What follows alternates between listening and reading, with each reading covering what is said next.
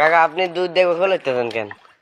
আমি হচ্ছে এতদিন আওয়ামী লীগের রাজনীতি করতাম, তা আমি আওয়ামী লীগের রাজনীতির থেকেও অব্যাহতি নিচ্ছি এবং আমি বাংলাদেশের কোনো রাজনীতি আর করব না এবং আমি আজ থেকে সাধারণ একটা নাগরিক হিসেবে বাংলাদেশের সাধারণ নাগরিক হিসেবে বাঁচতে চাই। ইনকাম করব, ব্যবসা বাণিজ্য করব, তারপরে আমি মনে করো যে কাজকর্ম করে খাবো, কিন্তু আমি কোনো রাজনীতির সাথেও আর থাকবো না।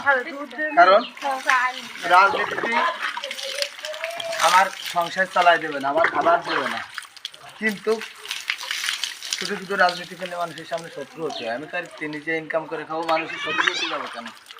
এই জন্য আমি আর জীবনে রাজনীতি করব না, সারা জীবনের জন্য রাজনীতিকে অব্যাহতি দিলাম।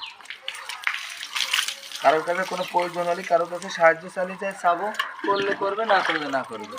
এবং আমি যদি পারি কারোর কোনো উপকার করতে আমার তরফ থেকে সাধারণ একটা মানুষ হিসেবে যতটুকু সম্ভব সাহায্য দেওয়া বা মানুষের পাশে দাঁড়ানো ততটুকু দাঁড়াবো, কিন্তু আমি কোনো রাজনীতি করবো না।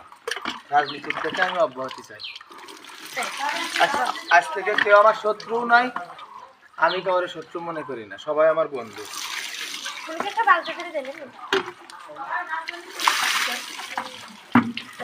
আমার কাছে আওয়ামী লীগ, বিএনপি, জামাত কোনো ভেদাভেদ নেই।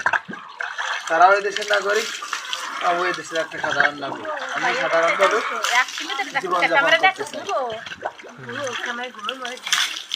এই যে আমার বাড়ির উঠোনে আমি গোসল করে নিলাম দুধ দিয়ে, আল্লাহর রাস্তায় আমি সারা জীবনের জন্য রাজনীতির থেকে মুক্তি চাই।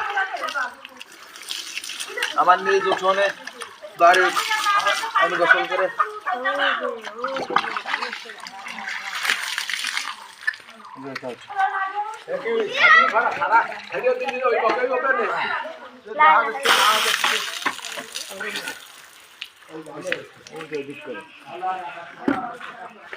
দেখে মনে হচ্ছে